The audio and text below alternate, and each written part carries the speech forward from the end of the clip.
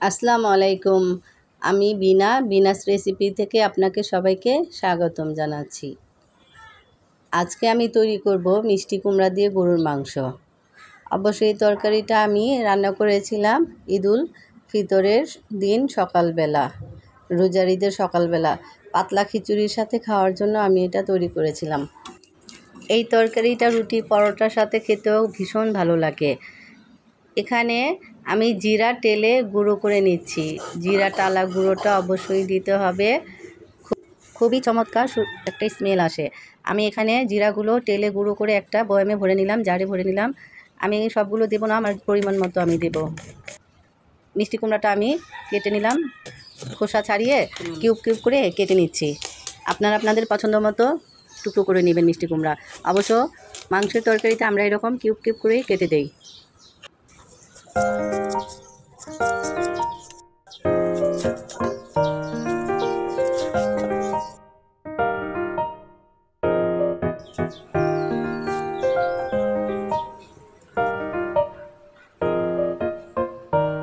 এরকম সুন্দর করে আমি কেটে নিয়েছি। এখন আমি মিষ্টি কুমড়োগুলোকে ভালো করে ধুয়ে নেব। অত বেশি ধোয়ারও প্রয়োজন হয় না, কারণ মিষ্টি কুমড়া এমনিই একটা পরিষ্কার তরকারি। আমি পেঁয়াজগুলো কুচি কুচি করে কেটে নিচ্ছি।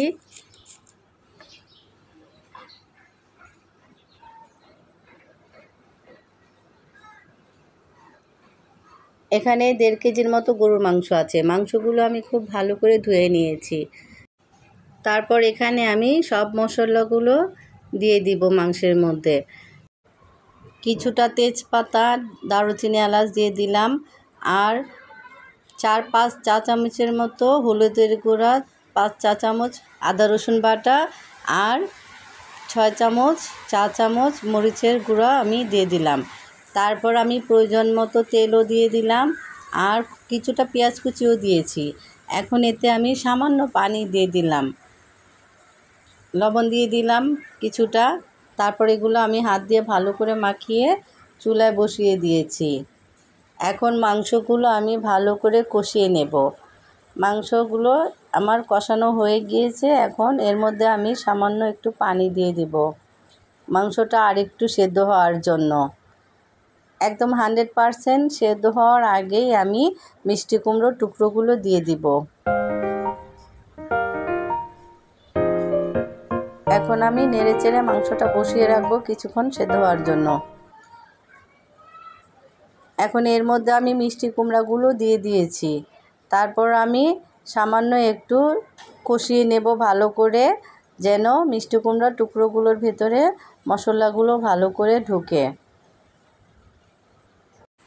মিষ্টি কুমড়োগুলো একটু আমি কষিয়ে নিলাম। একদম 100% সেদ্ধ হওয়ার আগেই আমি প্রয়োজন মতো ঝোল দিয়ে দিলাম তরকারিতে। আপনারা আপনাদের প্রয়োজন অনুযায়ী ঝোল দিয়ে দেবেন। এখন আমি এটা ভালো করে বলক ওঠার জন্য অপেক্ষা করব। এই যে কি সুন্দর টকবক করে বলক চলে এসেছে। এখন কিছুক্ষণ এরকম বলক হওয়ার পরে আমি কয়েকটা কাঁচামরিচ দিয়ে দিব এর মধ্যে।